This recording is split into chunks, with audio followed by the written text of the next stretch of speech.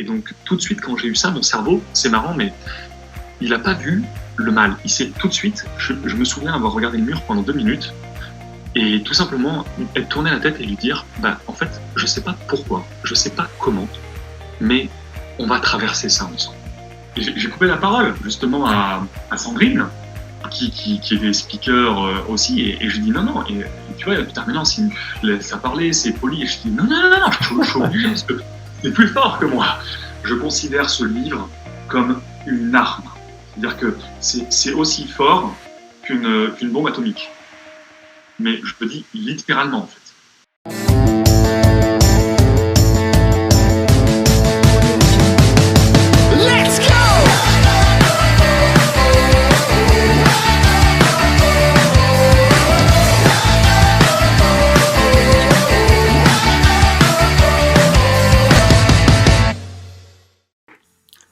Bonjour à tous et bienvenue dans cette nouvelle vidéo, ici Maxime Perrault. Chaque semaine, j'ai le privilège de recevoir des leaders irraisonnables et inspirants qui ont ramené un futur impossible au présent et qui ont décidé de prendre leur vie en main. Et cette semaine, j'ai la chance d'accueillir mon ami Maxime Eyasso. Comment ça va, Max ? Hello, écoute, ça va super bien, je me sens merveilleusement bien. J'espère que toi tu vas bien aussi. Merci beaucoup pour cette interview. Tu sais à quel point faire des interviews me fait plaisir. On tape vraiment dans mes valeurs pour le coup, donc j'ai hâte de pouvoir partager ça avec vous tous, donc ça va être cool. Écoute, moi aussi je suis très content et j'en profite justement pour te dire que je l'avais écrit, je m'étais dit de te le dire, que tu as toujours été une réelle source d'inspiration pour moi, et tu l'es encore en fait, et j'espère que les gens se rendent compte et vont vraiment prendre cette interview avec toute la valeur qu'elle mérite, parce que c'est une chance de t'avoir aujourd'hui, que tu prennes du temps pour nous partager ça. Je suis sûr que ça va être hyper riche. Donc les gens aujourd'hui te présentent comme un phare lumineux qui mène les gens à bon port. Tu vas nous expliquer tout à l'heure justement pourquoi. Un des messages que tu véhicules, c'est de remettre de l'authenticité dans le monde de l'entreprise, mais aujourd'hui on va pas forcément focaliser là-dessus, on va vraiment parler de toi. C'est pour ça justement qu'on fait cette interview, parce qu'on va vraiment parler de toi et du long travail que tu as pu faire de développement personnel avec des exercices qui sortent un petit peu de ce qu'on a l'habitude de voir.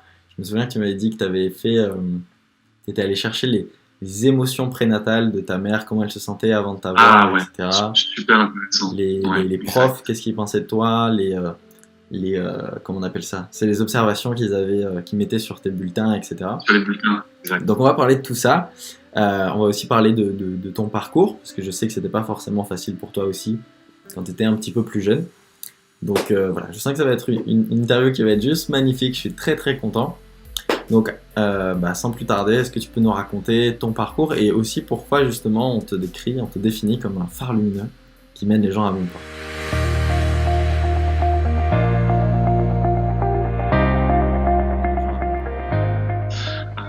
Complètement. Je vais simplement faire le lien avec ce que tu as dit parce que ça m'inspire énormément pour pouvoir parler de ça, de les exercices de développement personnel que j'ai pu faire en fait. Et je raconterai mon histoire simplement avec cette phrase, c'est que j'ai été attendu.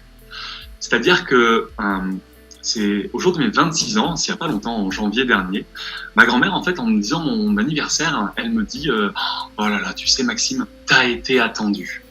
Et c'est intéressant parce que j'ai un grand frère qui a 7 ans de plus que moi. Et on se dit, mais qu'est-ce qui s'est passé pendant ces 7 ans dans la vie de ma famille, etc. Et ça fait lien, en fait, au tout premier exercice, du moins qu'on peut faire, ou que j'incite les gens à faire, c'est de demander la raison pour laquelle ils ont été voulus par leurs parents. Et c'est ce que j'ai fait, en fait, et j'ai demandé, en fait, à mes parents, pourquoi, en fait, vous me vouliez, en fait, tout simplement. Et ça a été génial de voir à quel point j'étais attendu, et ma mère était dans une situation un petit peu difficile, dans un moment assez personnel, assez compliqué pour elle, et elle a eu une pensée, en fait, et elle s'est dit, plus jamais je prendrai des ordres de quelqu'un là où je n'ai pas les valeurs, et là où je ne me corresponds pas. Et en fait, elle a eu cet état d'esprit avant de m'avoir, pendant qu'elle m'a eu et après qu'elle m'a eu. Et donc, on peut relier ça un petit peu au monde de l'énergie, au monde du spirituel, mais c'est plus vraiment aussi au monde de l'intention et de la force. Et je suis né, en fait, dans une attente de ma mère qui m'a eu, avec cet esprit de me dire, en fait, si tu veux vraiment avoir quelque chose dans ta vie, il va falloir te battre. Il va falloir les saisir, mais pas forcément égoïstement, mais vraiment en pensant à toi, mais en étant là également pour les autres. Et elle m'a répété ça, en fait, tout au long de ma vie. Elle l'a dit aussi à mes frères et sœurs, mais à moi, je ne sais pas pourquoi, mais ça m'a percuté davantage. Et à 12 ans, à l'âge de 12 ans, je me souviens, j'étais, pour te raconter un peu mon histoire, j'étais ce saut quantique, parce qu'on est vraiment là aussi dans cette orientation pour ça. Je détestais mon physique. Je me détestais vraiment. J'étais grand, alors ça ne se voit pas à la caméra, mais je fais presque 2 mètres de haut. Mais quand on fait 2 mètres de haut et quand on a 12, 13, 14 ans, j'étais immense. Je crois à 12 ans, je faisais déjà 1m87, quelque chose comme ça, donc ce qui est super grand. Et je me rappelle avoir été très très maigre. Vraiment la peau sur les os, la peau sur les os. Et les gens me renvoyaient cette image, tu vois. Et ça me mettait tellement mal qu'un jour, j'en avais vraiment marre. Et ça, c'est vrai que nous, on a échangé beaucoup de fois, Max, là-dessus, mais peut-être pas autant sur cet aspect de mon physique. Mais je me frappais, en fait. Je me frappais personnellement, physiquement, parce que ma plus grande blessure physique, c'est que j'ai un creux, en fait, ici, au milieu du thorax, qu'on appelle un plexus excavatum. C'est quand on a le plexus qui est enfoncé. Alors, je suis sûr que ceux qui regardent la vidéo là, il y en a qui l'ont. Une personne sur 6 en France l'ont. C'est ça. À différents degrés. Exact. Soit à l'intérieur, soit à l'extérieur. Moi, je l'ai à l'intérieur. Et qui était quand même assez développé. Donc, t'imagines, quand tu as 12 ans, tu commences à rentrer dans l'adolescence, tu n'aimes vraiment pas ton corps, les gens te renvoient à l'image que tu es un grand tout maigre, donc tu te sens mal dans ta peau. Et je me rappelle avoir demandé au docteur de me piquer avec des stéroïdes et de me mettre des trucs pour que je grossisse. Et je me rappelle le docteur qui me disait « Mais Maxime, t'en fais pas, quand tu auras l'âge de ton père, tu vas grossir. » Et il me dit ça, mais mon père, il avait 40 ans. Et moi, je me suis dit « Mais j'ai pas envie d'attendre 40 ans, je vais me suicider avant. » Et j'étais tellement mal. Et qu'est-ce qui m'a fait passer? Qu'est-ce qui m'a fait switcher de l'autre côté, en fait? Ce qui m'a fait switcher de l'autre côté, ça a été d'utiliser ma plus grande blessure, hein, qui était le fait de tout le temps avoir besoin d'être rassuré. Toujours, tu sais, je posais des questions. Est-ce que ça va si je fais ça? T'es sûr? Et donc, tu as constamment besoin de se faire rassurer. Et en fait, pour moi, le besoin de se faire rassurer constamment, aujourd'hui, on pourrait dire que c'est un manque de confiance, c'était pas forcément toi, etc. Mais c'est ce qui m'a sauvé, en fait. C'est quelqu'un qui exprime, quelqu'un qui a besoin d'attention, quelqu'un qui a besoin de se faire rassurer, c'est quelqu'un qui parle, qui s'exprime et donc qui se libère. Et donc, quand j'avais ça, je suis allé voir ma mère et je lui ai dit, j'en ai marre. J'en ai vraiment marre. Et ma mère, elle m'a regardé et elle m'a dit, en fait, si t'en as marre, fais quelque chose, qu'est-ce que tu peux faire? Et elle m'a renvoyé à ma responsabilité, parce que ça a été tout le principe de mon éducation. Ma mère et mes parents et mon père m'ont toujours appris, mets-toi à la place des autres, remets-toi en question et prends la responsabilité de ce que tu fais. Et donc ma mère m'a toujours rappelé ces trucs et m'a dit, en fait, tu te sens mal dans ta peau, qu'est-ce que tu vas faire? Qu'est-ce que tu vas faire? Et tout de suite après, j'ai commencé à me dire, ok, donc je mets un plan en place, et c'est là où j'ai commencé à me mettre dans la musculation, que j'ai commencé à faire des sports de combat. Ça m'a fait gagner en confiance, et au fur et à mesure, j'ai pu programmer mon cerveau dès l'âge de 12 ans à toujours voir dans une situation compliquée une solution et un avantage. Donc pour moi, j'ai fait l'expérience de mon plus grand, ce qu'on appelle en anglais le void, mon plus grand vide, qui a créé ma plus grande force, qui est être solution oriented. Dès qu'on a un problème, tac, on pense solution, on ne s'abat pas. Donc voilà comment je me décris. Et aujourd'hui, pourquoi le phare lumineux? Pourquoi? Parce que comme j'ai toujours été grand, au fur et à mesure de mon avancée dans ma vie, les gens me disaient, en fait, si on est perdu ou si on cherche quelqu'un, on n'a qu'à lever les yeux et on verra Maxime. Et ça, c'est toujours quelque chose qui m'a marqué, parce que c'est fort, en fait. Tu as un phare, tu es loin, tu lèves les yeux au ciel, donc déjà, voir loin, ça te permet de te sentir bien. Tu sais, ceux qui regardent en bas, tu te sens mal quand tu regardes en bas ou les yeux, mais quand tu regardes l'horizon, ton énergie change. Et j'ai toujours pris ça comme ça. Les gens qui me disaient, mais en fait, on n'a qu'à regarder au loin et on voit Maxime. Et c'est pour ça qu'aujourd'hui, j'ai cette mission-là, c'est d'être le phare lumineux qui guide les gens à bon port et les aider à reconnaître qu'ils ont tout déjà à l'intérieur d'eux pour pouvoir avoir une vie qui les inspire. Waouh, top. Mais on voit que tu as toujours baigné un petit peu dans le développement personnel. J'imagine que tes parents étaient dedans aussi depuis longtemps, ta mère peut-être. Qu'est-ce qui a été un déclencheur peut-être pour toi ces dernières années qui a vraiment axé ton côté peut-être intéressé au développement personnel, mais davantage à la spiritualité, à tout ça? En fait, ce qui est marrant, c'est qu'on parle aujourd'hui beaucoup de développement personnel, mais on a l'impression que le développement personnel, c'est quand tu commences à lire un livre. Sauf que c'est faux. Tu commences ton développement personnel dès que tu as conscience d'être, en fait. Et donc, on a pu mesurer quand est-ce qu'on a conscience un petit peu de ce qu'on fait ou de comment on pense, etc.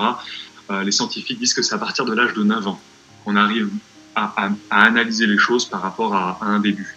Et en fait, mon développement personnel a commencé dès l'âge de 9 ans, en fait, avec ma vision, comment je percevais mon environnement, comment ma famille se comportait, comment mes parents se comportaient, comment mes frères et sœurs se comportaient. Et j'ai pu très facilement, en fait, me poser des questions depuis tout petit sur le début de mon développement personnel. Et ça a commencé avec 2 questions, Max. Ça a commencé avec qu'est-ce que je veux pas et qu'est-ce que je veux, tout simplement. Et on voit que c'est les bases, en fait, de tout développement personnel. C'est qu'est-ce que tu veux dans ta vie, ou en tant que personne, ou dans ton métier, etc. Donc toujours se poser ces 2 questions, mais qui ont été ancrées en moi depuis le début. Donc j'ai commencé le développement personnel avec ces 2 phrases-là.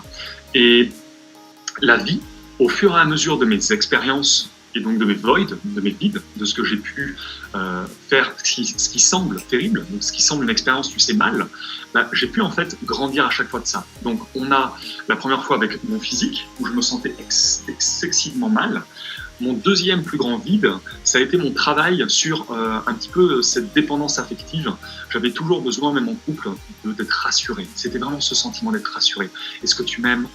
Est-ce que je t'embête? Est-ce que tu es là pour moi? Mais toujours ce sentiment de peur que l'autre m'abandonne, mais plus me trahisse, parte. Et donc j'avais ce sentiment de vouloir contrôler les gens, surtout dans mes relations amoureuses, et pour garder en fait. Donc c'était vraiment ça. Et ma deuxième plus grosse libération, ça a été justement quand j'étais au Japon pour mon voyage, où là je me suis mis dans le développement personnel de matière, donc au travers des livres, au travers de l'écriture, etc. Où j'ai décidé justement de me dire, donc il s'est arrivé cette expérience où j'étais au Japon, où je me suis retrouvé seul en fait, pour le coup, et j'ai dû faire tout un travail sur moi pour me dire en fait, toujours avec ces 2 questions, qu'est-ce que je veux accomplir, etc. Et donc c'est toujours ces petites choses. De ce déclencheur qui s'est passé au Japon, justement, de cette anecdote? Complètement. En fait, j'étais à l'époque avec ma copine, où je suis resté 3 ans, juste 3 ans et demi justement avec elle. Et on part faire un voyage au Japon. Et en fait, le premier jour là-bas, elle décide de rompre avec moi.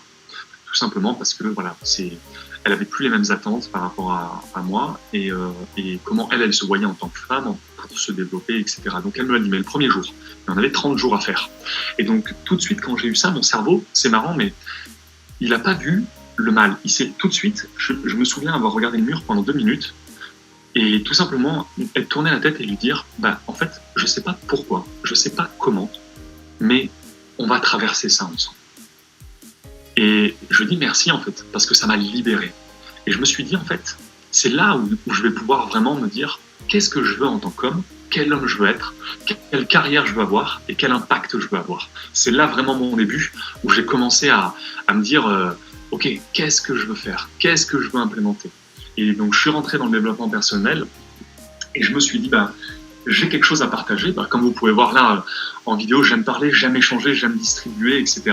Et donc je me suis dit, je vais dédier ma vie, et je me rappelle l'avoir dit, j'avais 21 ans, je vais dédier ma vie à apprendre sur moi et à pouvoir partager.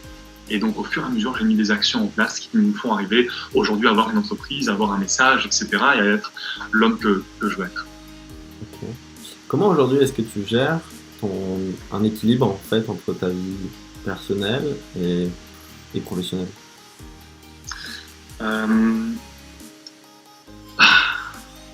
C'est une bonne question. Je dirais que c'est tout simplement en prenant conscience de qu'est-ce qui est vraiment important pour nous et de pourquoi on fait les choses. Aujourd'hui, j'ai ce que j'appelle mes valeurs hautes. Euh, Mon quotidien, mes actions que je fais au quotidien définissent ce qui est vraiment important pour moi. Et aujourd'hui, ce qui est vraiment important pour moi, c'est de continuer mon expansion personnelle, de me découvrir moi encore plus. Mon deuxième point, c'est de pouvoir avoir un message, une contribution à apporter, me connecter avec les gens. Mon troisième point, c'est de pouvoir créer un business inspirant et impactant. Mon quatrième point, c'est de pouvoir faire des voyages d'expérience, rencontrer des gens, rentrer à des cultures. Et mon cinquième point, ma cinquième valeur, c'est ma famille. Et en fait, aujourd'hui, comment je fais pour avoir cet équilibre? Tout simplement, je relie chaque point de ce qui est important pour moi à mon business. Et je me pose une question et je me dis, quels sont les bénéfices pour moi d'avoir une bonne relation de couple pour mon développement personnel? Quels sont les bénéfices pour moi d'avoir une bonne relation de couple tout en développant mon business? Et en fait, je relie chaque point de ma vie pro et perso ensemble, ce qui me permet de garder un équilibre et de ne pas tomber dans les travers. Et de me dire, en fait, je sais que l'aspect couple, c'est important, donc comment je fais en fait pour me relier, me dire comment mon couple peut m'aider dans mon business? Et c'est là que je vais passer davantage de temps sur mon couple, parce que je vais pouvoir faire matcher des actions qui vont être importantes avec ce qui me passionne également. Donc aujourd'hui, j'ai un équilibre, pas parce que là où la plupart des gens se trompent, c'est ils ont l'impression qu'un équilibre, c'est en arrêtant quelque chose et en faisant un autre. Tu sais, c'est bon, mon équilibre, c'est ok, j'étais dans mon boulot, j'arrête de faire ça, maintenant je suis à fond dans ma famille. Ok, maintenant j'ai arrêté avec ma famille et je suis à fond dans ma boîte. Tu vois, c'est un peu ce yo-yo. Et au final, moi, j'ai pas cette réflexion. Au final, moi, je me dis comment je peux intégrer tout ça ensemble pour que ce soit une même pièce d'un puzzle. Moi, je vois l'équilibre comme une boule, comme un rond, en fait, qui est homogène et en harmonie. Et pas un équilibre plat, tu sais. Donc, pour moi, l'équilibre, je le vois dans une boule bien circulaire et pas forcément plate. Mmh.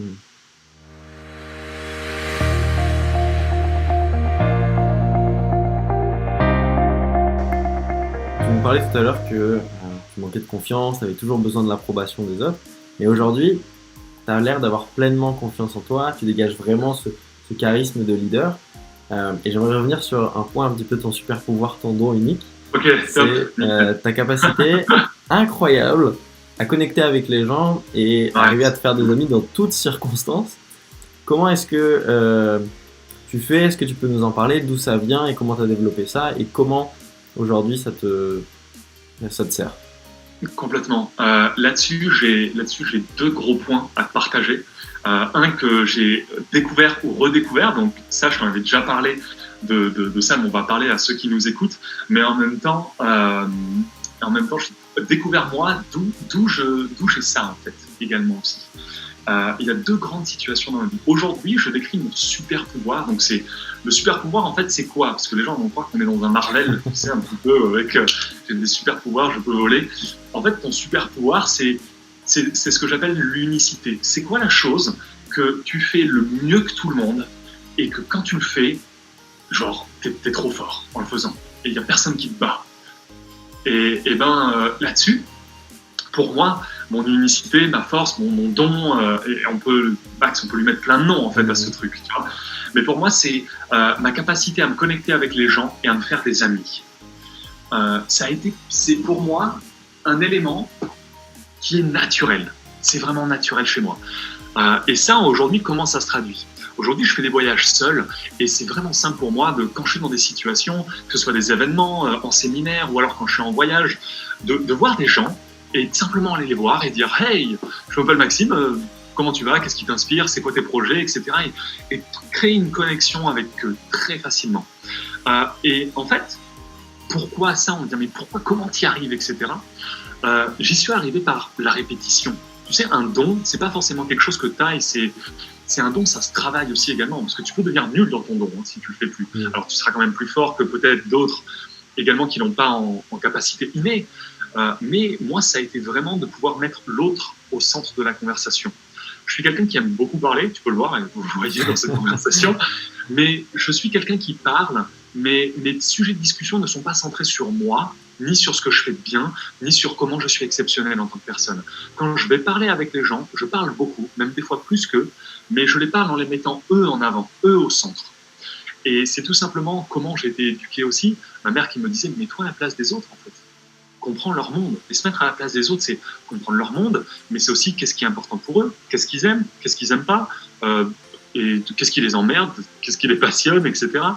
Et donc pour moi, ça a été très très simple de pouvoir faire ça, parce que ma mère, dès que j'ai su comprendre des mots, elle me l'a expliqué avec mon père, mais j'ai pu comprendre aussi au niveau visuel, comment je me comportais. Et ça, c'est la première histoire de fou quand j'ai travaillé sur mon développement personnel. J'ai dit à ma mère, mais qu'est-ce que tu trouvais de fou chez moi quand j'étais petit? Elle me disait, il y a un truc, c'est que quand je te laissais à la crèche, au lieu de pleurer et de revenir vers moi, tu allais vers les autres. Et ça, elle me l'a dit, et j'ai fait, putain, c'est fou. Parce qu'on a tous fait, tu sais, quand tu laisses ton gamin à la maternelle, au truc, il pleurait pour revenir vers toi, tu vois. Et moi, ma mère m'a dit, tu faisais pas ça, en fait. Elle m'a dit, tu étais tellement excité d'aller voir les autres. Et c'est incroyable. Et donc, en fait, c'est quelque chose que j'ai inné. Je sais pas d'où ça vient. Si petit, j'ai pu percevoir quelque chose, une situation, quelque chose de précis, etc. Mais voilà, c'était inné. C'était quelque chose que j'ai chez moi. Et ma mère me disait, même après, quand j'ai pu parler, 7 ans, 8 ans, 9 ans, quand on allait au jardin d'enfants, elle me disait, t'allais tout le temps vers les autres, en fait. Je te laissais, t'avais tes petits bonhommes, parce que j'étais fan de figurines de manga, toujours un peu aujourd'hui. Elle me dit, t'allais voir les autres pour leur montrer et tout. Et donc, mon super don, en fait, il vient de là. Il vient de cette capacité, depuis tout petit, à aller vers les autres. Mais aussi, si on doit y mettre plus quelque chose de mécanique, ça a été le fait de mettre l'autre au centre de la conversation. Et au fur et à mesure de mon expérience, ça a été une multitude de répétitions, mes voyages que j'ai faits, les rencontres, que ce soit avec toi ou les autres entrepreneurs, les séminaires que je fais, et tout simplement parce que ça me passionne. Et aujourd'hui, le fait de le faire, ça me donne de l'énergie. Donc tout simplement, depuis tout petit, j'ai eu cette chance de facilement savoir les actions qui me rendaient bien et de simplement continuer là-dedans. C'est pour ça que je dis que je ne suis pas quelqu'un qui a eu de grandes blessures ou de choses un peu bizarres, etc. Parce que j'ai pu très facilement comprendre mon environnement petit. Et en quoi justement ce super talent te sert aujourd'hui? Dans ta vie professionnelle, personnelle? Aujourd'hui, ce super talent, justement, il me sert à pouvoir aller vers ce que j'appelle mon chief aim, mon but final, quelque chose qui est plus grand que moi. Et dans le message que je veux véhiculer. Aujourd'hui, comme je t'ai dit, comment tu m'as présenté au début, mon message, c'est d'aller remettre de l'authenticité dans le monde du business, mais également de faire comprendre aux gens que plus ils découvriront qui ils sont, plus ils découvriront leur authenticité, leur unicité, plus ils pourront exprimer cela dans des actions qui les inspirent. Et pour moi, c'est assez évident de faire ça. Et comment je le fais? Pour moi, c'est au travers de mon aisance sociale. Le fait d'être en webcam ici, où tu vois que je m'exprime bien, mes idées sont claires, même si tu poses des questions où c'est pas du tout préparé, mais tout est assez clair, réalisé dans ma tête, et c'est des choses qui m'inspirent. Et donc aujourd'hui, je me dis, comment je peux faire pour aider les gens? Donc j'ai ce message-là qui est de dire que, en fait, vous pouvez faire ce que vous voulez. Donc je les aide, tu sais, au travers d'exercices que je partage sur mes réseaux sociaux, et ce que je peux faire pour les aider. Donc je fais ça, et au travers de mon image personnelle, le fait de me montrer, le fait d'aller me prendre en vidéo, le fait de me filmer en train d'échanger avec les gens et de pouvoir le diffuser aux personnes. Et donc j'ai tout simplement pris là où je suis le plus fort, donc ma capacité à parler, mon aisance sociale, ma capacité à faire passer un message, et mon côté un peu friendly aussi, où j'ai toujours le sourire, etc., et aussi où j'ai un point de vue un peu différent de la plupart des gens. Et ça, mélangé ensemble, ça fait un cocktail, en fait, où je dis, en fait, je sais ce que je veux, je sais le véhicule qui va me faire aller, et tout simplement, je sais les actions qui me font plaisir. Et donc, je suis cette ligne qui me fait avancer directement. Donc, et attention, il y en a pour qui ça va être différent. Moi, c'est le fait d'être en vidéo. J'adore qu'on me pose des questions. Là, tu vois, et c'est ce que je disais, j'ai tellement travaillé un petit peu sur moi, ce qui me fait vibrer, c'est que j'aime pas forcément les séminaires et être sur scène. Ce que j'aime le plus, c'est quand les gens me posent des questions. C'est pour ça que je kiffe les interviews et que je m'arrête pas de parler, en fait. C'est parce que dès qu'on me pose une question, tac, voilà, il y a ça. Je me souviens d'une conférence à Montpellier, là, où tu étais sur scène et un gars lui pose une question. Il était bouillant, il était sur scène, il fait, vas-y, je vais lui répondre. C'était incroyable, c'était trop drôle. Tu étais vraiment dans ton sweet spot, quoi. J'ai coupé la parole justement à Sandrine, qui était speaker aussi, et je dis non, et tu vois, putain, mais non, ça parlait, c'est poli, et je dis non, je suis obligé, parce que c'est plus fort que moi. Parce qu'il posait une question et il fallait que je réponde. Tu vois? Ouais, c'était très drôle. Et donc voilà, il y a ça. Et donc c'est ça qui m'inspire aujourd'hui, et c'est là-dessus où j'avance. Alors je fais ce que j'appelle pas des échecs ou des erreurs, je fais des défaites temporaires. C'est ce que j'appelle ça. C'est, tu perds, mais t'as pas perdu la bataille. Et donc j'apprends au fur et à mesure de mon expérience, et j'affine. Okay. Est-ce que tu as remarqué un point commun entre toutes les personnes qui ont du succès, entre toutes les personnes qui réussissent, cette fameuse clé de Pandore, en fait, ce truc qui fait la différence, que tu vois chez les gens qui t'inspirent? Complètement, et en plus j'étais en plein dedans, et c'est un travail que je suis en train de refaire là, et j'ai des écrits que je pourrais vous partager d'un auteur, donc Napoléon Hill, pour ne pas le citer, et plusieurs choses en fait, pour vraiment avoir un point commun des personnes qui sont successful aujourd'hui, c'est que tu te rends compte que la plupart des gens qui sont successful, ils ont ce qu'on appelle en anglais definiteness of purpose, c'est-à-dire un but clairement défini. Ils savent clairement ce qu'ils veulent. Ça, c'est le premier point. En deuxième point, c'est un plan clairement détaillé. Ils savent la manière de comment y aller, dans les grandes lignes. Le troisième point, c'est qu'ils utilisent la capacité de leur pensée. Et donc, quand je dis capacité de penser, je découpe ça en 2 points. Le premier, c'est prendre la responsabilité de tout ce qui se passe dans sa vie. Donc, déjà 1. Et 2, à avoir la conscience que tout ce qui crée notre environnement est au travers de nos pensées, nos émotions, etc. Deuxième point. Le troisième point, c'est le dernier point, c'est le temps. C'est le nombre de pensées que tu vas avoir en direction de ton objectif, qui vont être harmonieuses et pas dans un effet de manque, tu sais. Donc bien faire la distinction entre ça. Et après, c'est vraiment le fait de faire les choses assez longtemps, enfin, c'est faire les bonnes choses assez longtemps et de manière régulière. Donc c'est vraiment ça, des éléments. Pour citer Napoléon Hill, il dit le secret, en fait, c'est les bases. Le secret, c'est qu'il n'y a pas vraiment de secret, en fait. Tu sais, tout le monde attend un petit peu une formule magique, etc. Sauf qu'en fait, c'est tellement simple que tout le monde peut l'apprendre. Mais là où il y a là où c'est compliqué à comprendre, c'est que c'est une manière de répétition. Et il y a un autre élément qui vient aussi ajouter ça, que très peu de gens parlent. En fait, c'est vrai que tu vois, quand tu poses les questions aux gens de dire qu'est-ce qui fait le succès, les gens vont te dire ils sont motivés, ils persévèrent, etc. Mais il y a un élément déterminant que peu de gens disent, et c'est ce qu'on appelle les défaites temporaires. C'est-à-dire que les personnes qui ont dans leur vie des banqueroutes, des challenges mais terribles, ils perdent toute leur entreprise, tout leur argent, il leur arrive quelque chose de terrible dans la vie, une bombe atomique, sans dire une bombe à bombe, mais ils se prennent un truc en mode putain, tu vois, le sort s'abat sur eux. Ils ne voient pas ça comme une défaite ou comme un échec, ils voient ça comme quelque chose de temporaire. Et la différence, c'est qu'ils le savent que le plus grand de leur succès est déterminé par la plus grande de leurs blessures ou de leur situation. Tu te rends compte qu'il y a un élément commun de tous les gens qui ont réussi, c'est qu'il leur est arrivé avant leur plus grand succès, il leur est arrivé un truc de merde. Steve Jobs, il se fait virer de sa propre entreprise, ce truc, et bam, il continue là-dessus. Pourquoi? Sur les critères que j'ai dit au début.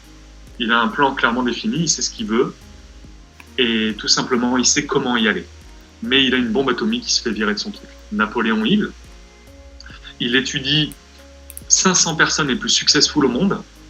En 1929, il se rend compte que toutes ces entreprises tombent, il n'a plus rien et il tombe en dépression. Et il se dit, putain, mais j'étais avec tous les plus milliardaires, les 500 milliardaires les plus forts de la planète, ils m'ont tout dit sur leurs secrets et j'arrive pas à les appliquer. Je suis en paix, enfin, il était perdu. Et c'est là, en fait, où tu vois la force, c'est dans les plus grandes catastrophes des gens que là où ils peuvent trouver leur plus grande source de motivation et de challenge. Pourquoi? Donc les gens peuvent dire pourquoi? Parce que au niveau de ton cerveau, tu changes ta manière de penser et tu changes ce qu'on appelle ta zone de radar.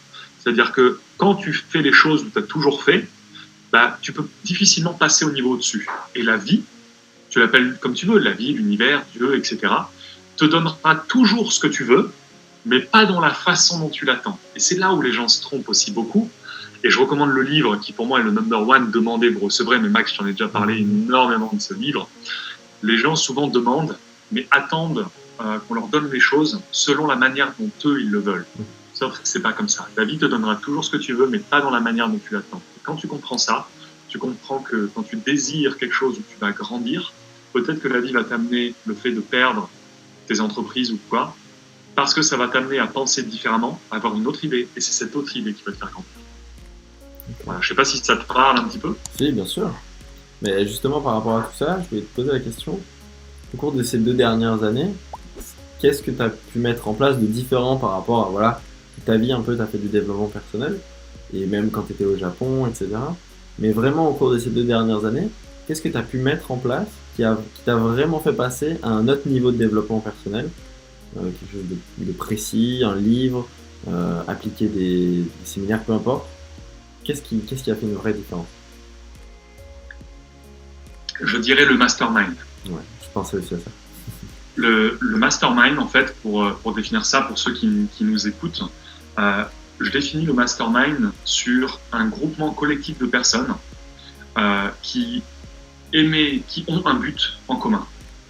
Ce but en commun, il peut avoir la même perspective. Un but en commun, c'est on peut avoir 5 entrepreneurs différents qui ont 5 business différents, mais le but en commun, c'est la liberté et de pouvoir s'exprimer, de pouvoir avoir un impact sur le monde. Ce qui m'a énormément aidé, c'est l'effet mastermind. Et comment on pourrait appeler communément la moyenne des 5 personnes qu'on fréquente le plus. Mais je préfère dire le mot mastermind parce que c'est comment dire, les gens ont trop tendance à voir tu es la moyenne des 5 personnes que tu fréquentes le plus, mais ça va au-delà de ça en fait. Et moi, j'y mets vraiment le mot mastermind. Et c'est ça qui m'a vraiment aidé, surtout dans l'aventure entrepreneuriale et de développement personnel, qui pour moi est collée, pour le coup, parce que on n'a pas des problèmes de business, on a des problèmes personnels qui se reflètent dans nos business. Plus on évoluera en tant que personne, plus on pourra faire évoluer notre entreprise ou l'impact qu'on veut avoir. Et pour moi, et Max t'en fait partie de ce mastermind à la base qui a été créé quand on a monté nos premières entreprises sur les agences de marketing. On a réuni 5 personnes qui aujourd'hui se parlent toujours et qui ont des désirs communs, qui ont des buts communs, qui veulent grandir, qui veulent avoir un impact sur l'humanité. Et en fait, on se rend compte que c'était ça, c'était bien plus que du business, c'était de l'échange humain, comment on grandit, comment on fait tout ça. Donc, pour moi, ça a été vraiment le fait de développer des masterminds et d'être avec des gens qui sont vraiment dans les mêmes façons de penser que soi. Donc, c'était pour moi l'élément de déterminant, le mastermind. Okay. Quel livre ou film, mais je pense que ce sera plutôt livre pour toi, a grandement influencé ta vie et pourquoi? Tu nous as parlé tout à l'heure de Demander que vous recevrez. Est-ce que c'est celui-là? Est-ce qu'il y en a un autre? Ouais, il y en a. Il y a Demander, vous recevrez, qui pour moi est mon numéro 1 pour le coup, et je l'encourage vraiment. Je considère ce livre comme une arme. C'est-à-dire que c'est aussi fort qu'une bombe atomique. Mais je le dis littéralement en fait. C'est-à-dire qu'une bombe atomique, ce serait ce serait la répercussion négative de l'impact que ça peut avoir. Demain, tu lâches une bombe atomique sur la France, on meurt, tu vois. Mais demain, tu prends ce livre et tu le demandes de l'enseigner à tout le monde en France, c'est la même force. Ce sera une bombe atomique. Il y en a une qui est négative, l'autre qui est positive. Donc pour moi, c'est ce livre, c'est Demander, vous recevrez, que je considère comme une arme destruction positive, pour le coup, ou destruction négative, en mode on détruit le négatif. Et le deuxième, c'est celui-là, c'est Plus malin que le diable, que je connais depuis quelques temps, mais que j'ai jamais eu le temps de lire, etc., qui pour moi sont les 2 livres les plus haut niveau pour comprendre comment fonctionne notre environnement. Donc c'est ça. Et tu me parlais, Max, aussi de films, c'est ça qui m'impacte personne. Ouais. Alors peut-être je vais être à l'opposé de ce que peuvent penser d'autres personnes en disant moi c'est je sais pas, Fight Club ou les films de Will Smith qui m'impactent, qui m'inspirent, ou alors le documentaire Le Secret qui m'a aidé. Et en fait je vais prendre complètement un contre-courant là-dessus, et moi je vais te dire, c'est pas des films qui m'ont inspiré, c'est des mangas. C'est des mangas. C'est bien, parle de ça.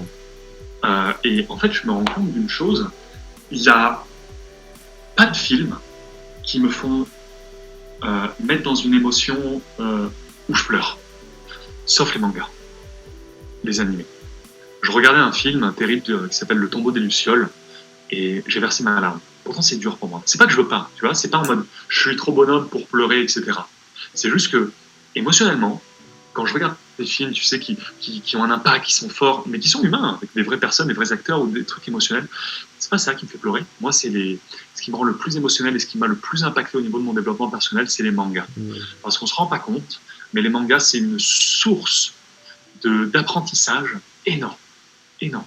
Quand on analyse vraiment la caractéristique des héros. Et on a ça aussi en développement personnel, ce qu'on appelle le hérotype. Donc tu peux découvrir le type de héros que tu es aussi avec des trucs de développement personnel, etc. Et donc moi, c'est ça qui m'a énormément aidé dans mon développement personnel. C'est pour ça que je te dis que j'ai commencé le développement personnel très très tôt.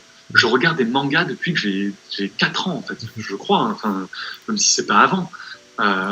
Du Naruto, du Dragon Ball, et tu te rends compte que ces mecs-là, c'est exactement ça. Naruto, quand on lui dit personne, tu n'arriveras jamais à devenir le chef de ton village et de pouvoir aider les gens, lui, tout le temps, il dit je vais y arriver, je vais y arriver. Et quand tu es petit et tu regardes ça, dans ta tête, tu te dis je vais y arriver moi aussi par mimétisme. Donc j'ai eu cet effet de mimétisme au travers des mangas. Okay.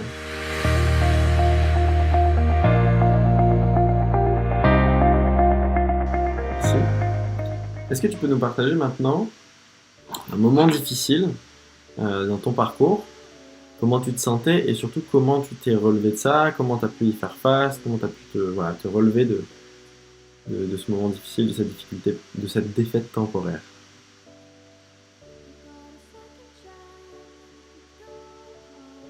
Je dirais la dernière que j'ai eue, là, de juillet à décembre, où je suis passé par plusieurs phases.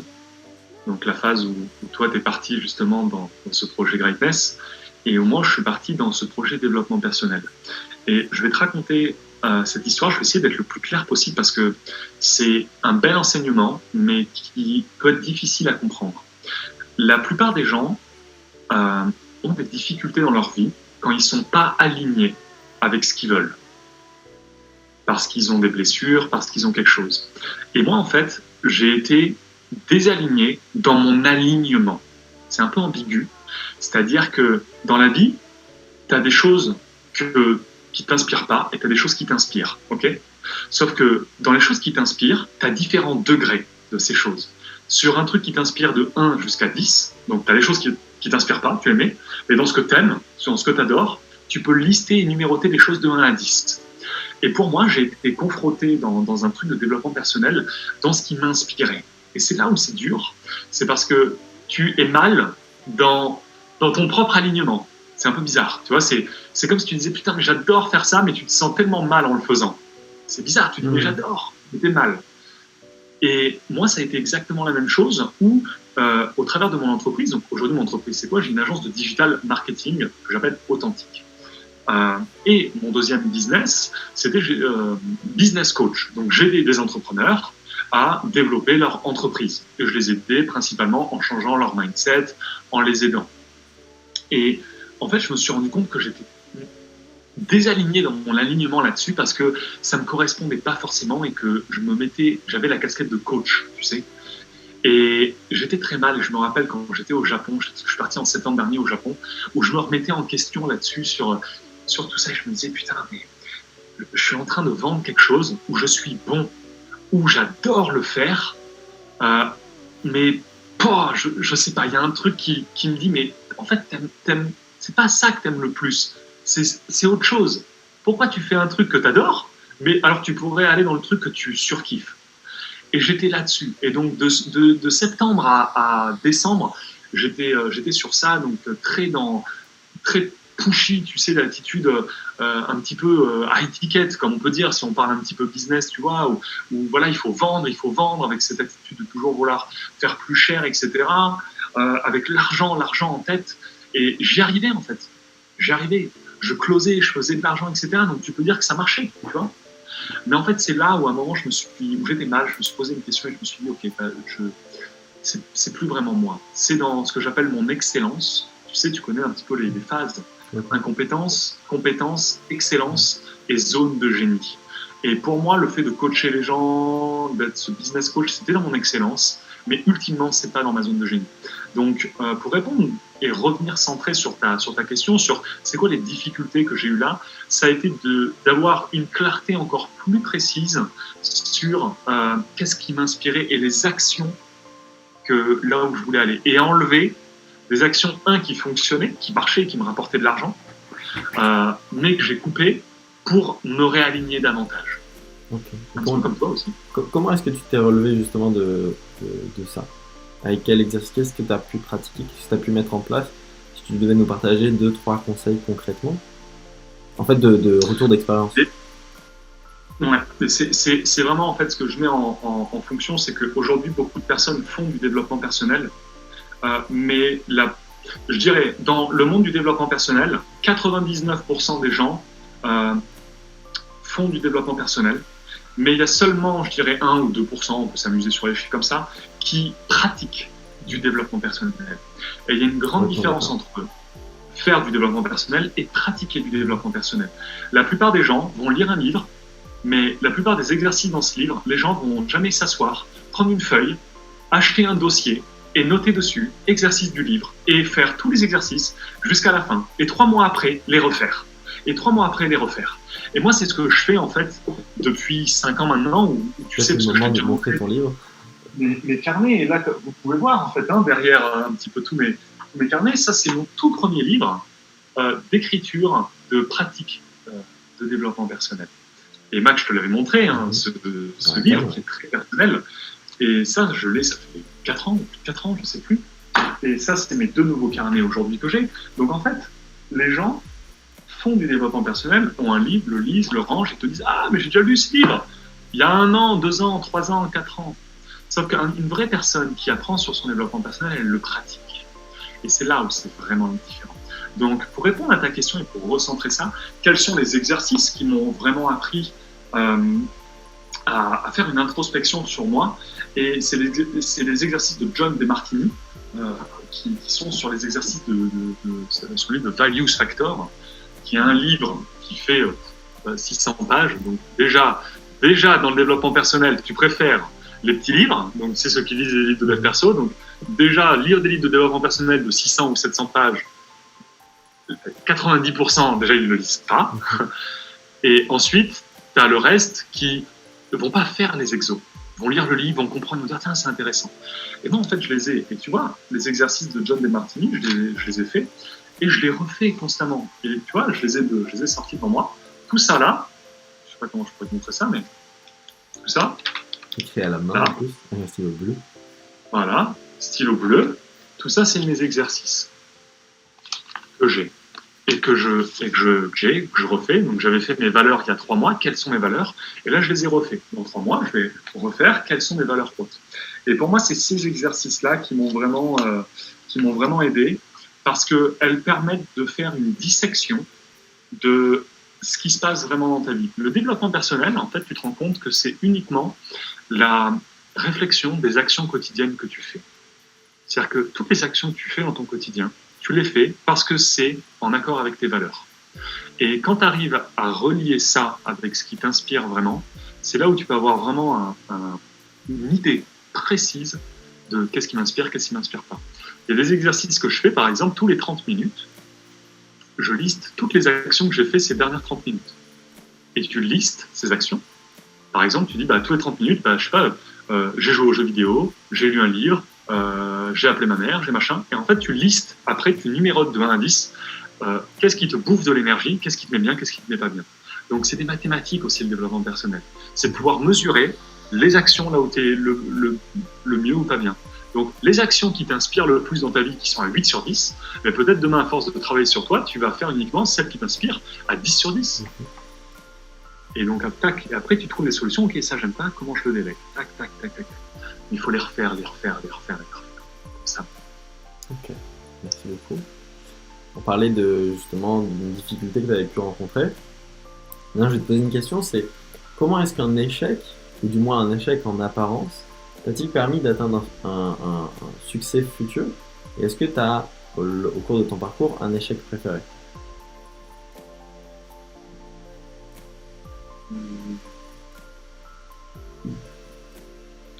Un échec préféré. Le premier truc qui m'est venu en tête, c'est le fait de m'associer avec des gens. Comme je t'avais dit, j'ai toujours été contrôlant, donc ça a été dur pour moi, etc. Pour le coup, tu fais partie de ces personnes avec Aurélien, sans le citer. Des bisous s'il nous regarde. Ça a été vraiment en fait de pouvoir voir ce qui semble. Tu vois, un échec, tu vois, on le prend le négatif, mais on sait que tous les deux, on le voit le côté positif. Ce qui semble un échec pour moi, le fait d'avoir été en association avec Aurélien, avec toi, etc. Et le fait d'analyser ensuite mes comportements, quel comportement j'ai eu avec toi, quels sont les moments où je me sentais le mieux, quels sont les moments où j'étais pas bien, quels sont les moments où je me comparais, et pouvoir analyser tout ça et me dire, ok, en fait, tout ça me permet uniquement de pouvoir ensuite aller construire l'équipe de rêve que je veux au fur et à mesure. Donc, je vois, moi, mes associations comme ces échecs-là, mais qui me permettent de définir encore plus clairement avec quel type de personne je veux travailler, sous quel système, qu'est-ce qui a été magnifique avec eux que je peux reprendre là, qu'est-ce qui a moins été bien fait que je peux remettre là, etc., etc. Donc, pour moi, ce serait ça, l'échec, entre guillemets. Ok. Et comment est-ce que ça te permet aujourd'hui, justement, d'atteindre un succès futur? Peut-être en tout cas sur la direction.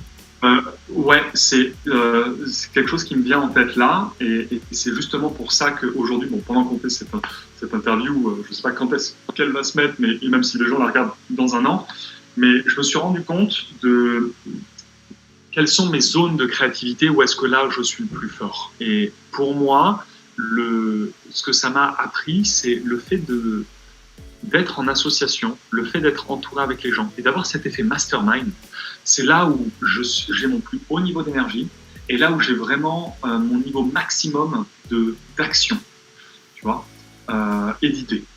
Donc aujourd'hui, ça me permet vraiment de pouvoir faire des choix d'équipe. Donc là, par exemple, au jour où on se parle, là, je vais faire justement m'associer avec tout un groupe de personnes pour aller vers cette mission-là. Donc ces personnes vont m'aider à pouvoir étendre ma zone de génie, parce qu'aujourd'hui, je travaille seul, en fait, et ça me manque de travailler seul. Et c'est ce que j'ai remarqué. Pour te dire ça, les échecs que j'ai eus, qu'est-ce qu'ils m'ont appris? Ils m'ont appris les échecs d'association m'ont appris que ma force, je la tire avec les autres. Et j'y arrive seul, si tu veux, mais le fait d'avoir un catalyseur, il faut que je sois avec des autres.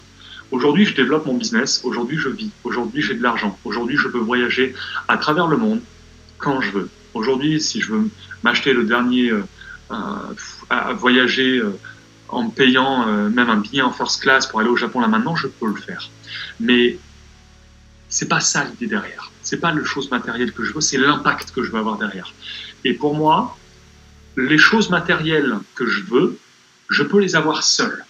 Mais ce qui me fait grandir en tant que personne, c'est la contribution que je veux avoir. Et pour moi, la contribution que je veux avoir, elle passe par le fait d'être en cohésion avec des gens. Et donc aujourd'hui, le fait d'avoir été en association me dit que seul, j'y arrive, alors qu'avant, quand j'étais avec toi ou avec Aurélien, je pensais que seul, je ne pouvais pas y arriver, à générer des clients, etc. Et aujourd'hui, je me dis non, seul, j'y arrive, mais pour avoir l'impact que je veux avoir plus grand, il faut que j'ai cette dynamique de mastermind. Je ne sais pas si ça te parle un petit peu. Si tu pouvais envoyer, en quelques mots seulement, un SMS sur tous les téléphones de la Terre, donc ça traduit tout seul, évidemment. Si tu pouvais envoyer un SMS sur tous les téléphones de la Terre, qu'est-ce qu'il dirait et pourquoi? Ok, je vais prendre un autre contre-pied que j'aime pas trop non plus dans le développement personnel et de ce qu'on peut dire aux gens. Tu sais, les gens leur disent, si tu avais un message à laisser au monde, qu'est-ce que ça serait? Et les gens diraient, tu vois, je prends mon cas, vous pouvez être tout ce que vous désirez, si vous avez les bonnes pensées. Tu vois, les gens ils vont recevoir un texto, ils vont le lire, mais après, les gens fonctionnent par la répétition. C'est trop facile de dire j'ai un message, je l'envoie, etc. Les gens fonctionnent par la répétition. Donc moi, ce que je dirais, c'est pas un message. que je ferai. C'est un message qui incite à l'action. Donc, si je devais dire quelque chose aux gens, je leur enverrais un message et je leur dirais, si c'est moi, hein, mais ça peut être d'autres personnes, je dirais, allez vous abonner à tous mes réseaux sociaux et regardez mon contenu tous les jours. Parce que vous pourrez uniquement changer et avoir ce que vous voulez dans la vie avec de la répétition et en vous répétant les choses encore, encore et encore. Si les gens ont un seul texto en disant ce qui est important dans la vie, c'est de réaliser ses rêves. Et tout le monde le sait. Tu tapes sur Google slogan positif, il y en a des millions qui le regardent, ils le lisent une fois, mais qu'est-ce que je fais après? Les gens ont besoin d'un guide, les gens ont besoin d'un plan, les gens ont besoin d'avoir une répétition. Donc moi, si j'avais un message à envoyer un texto à tout le monde, je leur dirais allez suivre les putains de réseaux sociaux. Donc ça peut être moi, mais je peux dire allez voir les réseaux sociaux de Tony Robbins. Tu vois, mais ça, ou aller voir la greatness, ou aller voir quelque chose, ou tu vois, ça peut être, si j'étais toi, j'enverrais un texto à tout le monde entier, je dirais vous avez tous une place offerte à la greatness. Tu vois, et tu mets des relances de rappel en disant viens. Et tu fais, moi, je mettrais juste 3 mots, je mettrais tu vas mourir dans mon SMS. Juste ça. Et je pense que c'est une belle prise de conscience. C'est sûr que c'est déjà plus subtil que le truc positif, mais pour moi, ça aura un petit peu le même effet. Okay. C'est-à-dire que tu vois un paquet de cigarettes, il y a écrit tu vas mourir dessus aussi. Pourtant, les gens les achètent. C'est vrai. Donc, ton message, c'est simplement une multiplication de ce que les gens voient sur les paquets de cigarettes. Ouais, je pense que ça peut faire prendre conscience à des gens de se dire ah putain, c'est vrai. Parce que tu vois, je crois vraiment qu'il y a beaucoup de gens qui fonctionnent comme s'ils étaient immortels, et c'était mon cas avant. Comme si c'était. Ils vivent le travailler. Tu sais, dans l'entrepreneuriat, on a beaucoup cette phrase, c'est travaille 5 ans comme un lion, ouais, c'est ça, comme un lion, et après profite de ta vie. Mais où est-ce que c'est écrit que dans 5 ans t'es en vie, en fait? Donc c'est intéressant. Pour moi, en fait, c'est faire ce qui t'inspire. Et pour ça, ça demande de se connaître.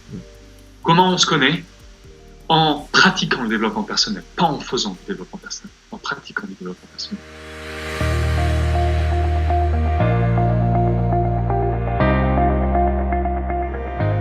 C'est exactement ça. Okay. C'est quoi tes objectifs, justement? On va pas le mettre à vraiment long terme, mais on va vraiment parler des 6 à 12 prochains mois. Et après, si tu veux parler de ton message, je t'en prie. Mes objectifs dans les 12 prochains mois, c'est de pouvoir développer c'est de pouvoir, je mets ça sur une ligne, vous allez me suivre. Je prends cette ligne vers le résultat. C'est de pouvoir remettre de l'authenticité dans le monde du business et d'inciter les gens à découvrir leur authenticité. Ça, je veux le faire au travers de mon personal branding. Et mon personal branding, je le fais au travers de mon agence de digital marketing. Et au travers de ça, j'ai un plan clairement défini qui est de 1. M'associer avec des gens sous forme de mastermind pour aller vers cette vision-là. Donc, tu les connais, ces personnes. Donc, c'est pour pouvoir développer mon agence de marketing. 2. Création de mon équipe de personal branding et création de contenu. Et donc, c'est vraiment là où je veux aller. Très simplement. Il n'y a pas tu vois, c'est pas très sexy comment je l'ai dit, mais ce que je veux accomplir dans les 12 prochains mois, c'est commencer à mettre les petites briques de mon personal branding et de ce que je veux véhiculer pour les 100 prochaines années et de ce que je veux laisser. C'est le début. C'est comme si tu me disais, Max, c'est quoi ce que tu veux faire dans les 1 prochain mois? Je te dis, mon rêve, c'est de construire ma maison, mais déjà, Max, je vais me mettre en contact avec des agents immobiliers pour regarder le terrain. C'est pas très sexy, comment je le dis, tu vois. Mais tu vois, la vision d'après, c'est la finalité, c'est d'avoir ma famille, d'être autour, etc. Et là, c'est d'aller remettre de l'authenticité, etc. Pourquoi? Parce que je me suis rendu compte que l'humain attire l'humain. Que tu sois dans un business de B2C, B2B, on connaît un peu tout ce bordel, c'est te dire qu'en fait, c'est l'humain derrière. C'est un humain qui prend une décision, avec des émotions, etc. Et aujourd'hui, moi, les meilleurs contacts que j'ai avec les gens, que ce soit dans la vie comme nous, où on est amis, ou que ce soit dans le business, etc., c'est quand je suis le plus authentique. Et ça, je veux le véhiculer au travers de mon image. Pourquoi? Parce qu'on en a parlé, c'est ma force, mon don ultime, ma capacité à parler, à faire passer un message. Et j'adore, en fait, ça m'inspire de faire ça. Donc, dans les 12 prochains mois, c'est ma mission, c'est développer mon entreprise de marketing et véhiculer, commencer à construire mon personal branding. Ok. Qu'est-ce que tu aimerais qu'on dise de toi dans 10 ans? Ce que j'aimerais qu'on me dise de moi dans 10 ans, c'est quelqu'un et tu vois, c'est marrant, mais je reprends parce que cet exercice, je l'ai fait. Donc, je vais te dire ça, pas par rapport à ce que moi je veux qu'on dise, mais je vais te le dire parce que j'ai posé la question aux gens de ça. Je leur ai demandé comment je les inspirais. J'ai posé la question à 30 amis, je leur ai dit comment je vous inspire. Et en fait, en répondant à ta question tout simplement, donc ta question, est-ce que tu peux la répéter? Comment est-ce que tu aimerais que les gens... Qu'est-ce que tu aimerais qu'on dise de toi dans 10 ans? Ouais. Eh ben, tu vois, j'ai toute une liste de choses, là, j'en ai plein, mais c'est des mots, en fait, qui ressortent le plus. C'est quelqu'un qui a une vision, qui est persévérant, quelqu'un qui a un impact et qui est bienveillant, quelqu'un qui engage les gens, qui est déterminé, qui est là pour aider les autres, qui a confiance, qui est convaincant, et ultimement, qui est sage, la sagesse, bienveillance. Donc, moi, je veux être, si tu veux, cette personne sur qui on peut compter directement, indirectement, et pour refaire le lien au phare, c'est-à-dire que tu es sur ton bateau, tu vis ta vie. Je serai pas là, en fait, physiquement, pour t'aider, à te donner des trucs précis. Tu vois, un petit peu de ce phare. Ce phare qui guide les gens, les bateaux qui sont en train de se prendre des vagues dans la tête. Il n'y a pas le phare qui vient et les aider à tirer la voile, etc. Tu vois l'image? Ouais. Le phare, il est là pour leur dire, je suis là, vous êtes dans la bonne direction. Mais ce que vous vivez en ce moment, c'est tout simplement la vie. Et moi, je suis là simplement pour vous guider avec des exercices, avec mon message, avec mon impact. Et donc, ce que je veux, moi, c'est que les gens me voient comme une personne qui a vraiment un bon fond, qui est là pour impacter et inspirer les gens. Okay. Et humain, en fait. On pourrait dire, enfin, il y a plein de synonymes, mais une personne humaine de cœur, en fait, qui a des valeurs et qui est authentique. Voilà. Humain, valeur, authenticité. Ok, cool. Maintenant, dernière question. Grâce à l'expérience des échecs, des difficultés que tu as pu surmonter au cours des dernières années, et tous les apprentissages que tu as pu avoir maintenant, si tu pouvais avoir une courte discussion avec le Maxime d'il y a quelques années, quels conseils tu pourrais lui donner et qu'est-ce que tu lui dirais?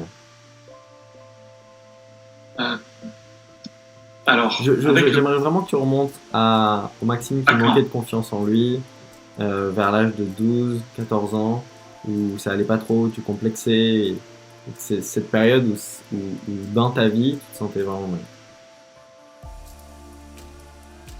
Je me suis posé cette question, mais j'essaye de la retravailler.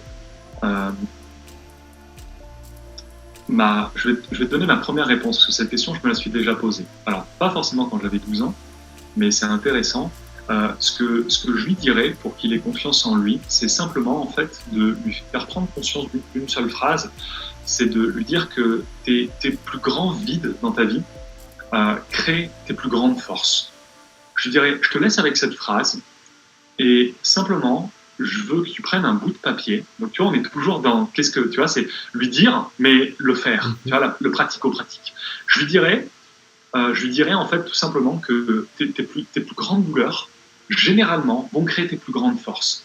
Et je veux que tu prennes un bout de papier, mon mini-moi, qui n'était pas si mini parce qu'il était déjà grand, je veux que tu prennes un bout de papier et je veux que tu écrives les 200 bénéfices pour toi de pouvoir voir ces difficultés comme les plus grands challenges qui vont créer l'homme futur que tu veux devenir. Wow.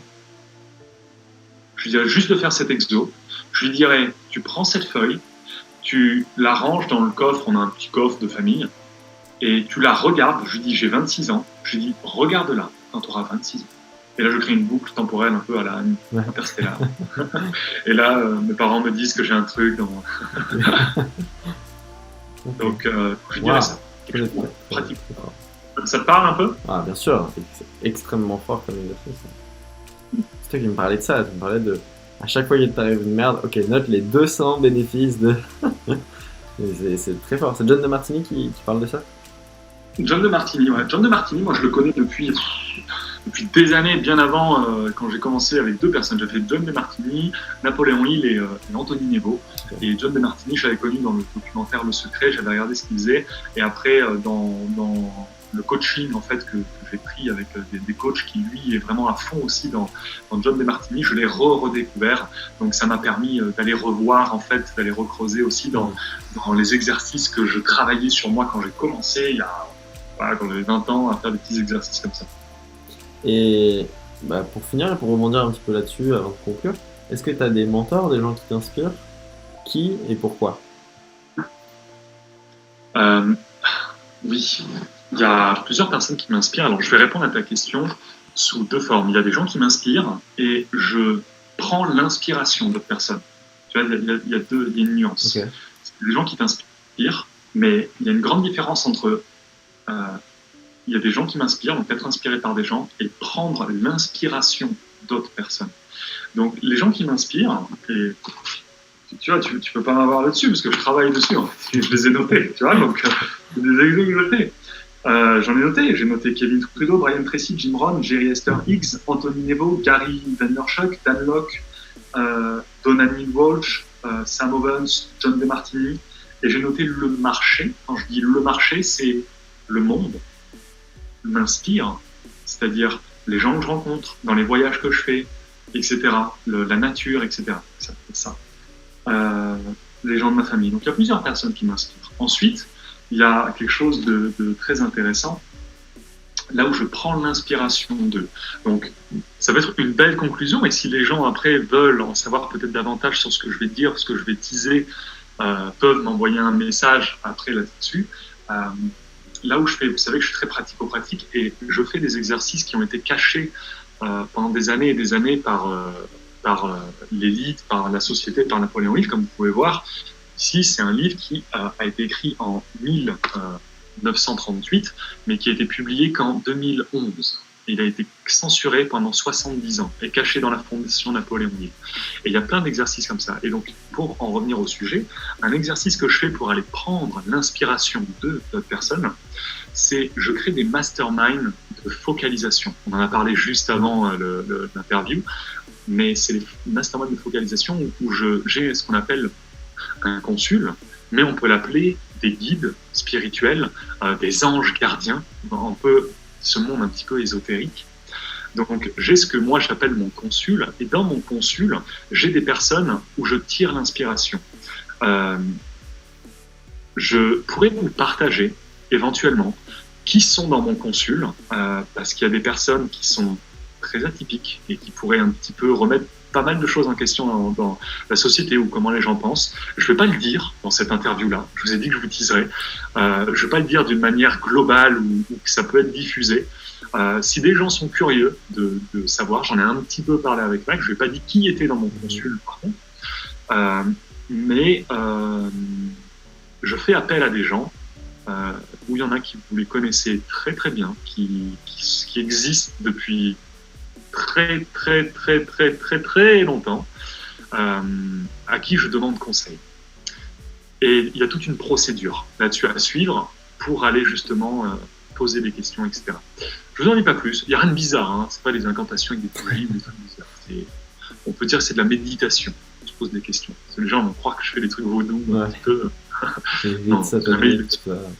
Non, c'est dans la méditation, tu fais méditation, mais il y a des procédures de méditation et des choses que tu peux voir avec de la visualisation, des exercices bien précis. Mais non, quand je fais ça, je suis solo dans ma chambre avec mon coussin derrière le dos. C'est tout. Ça rassure tout le monde.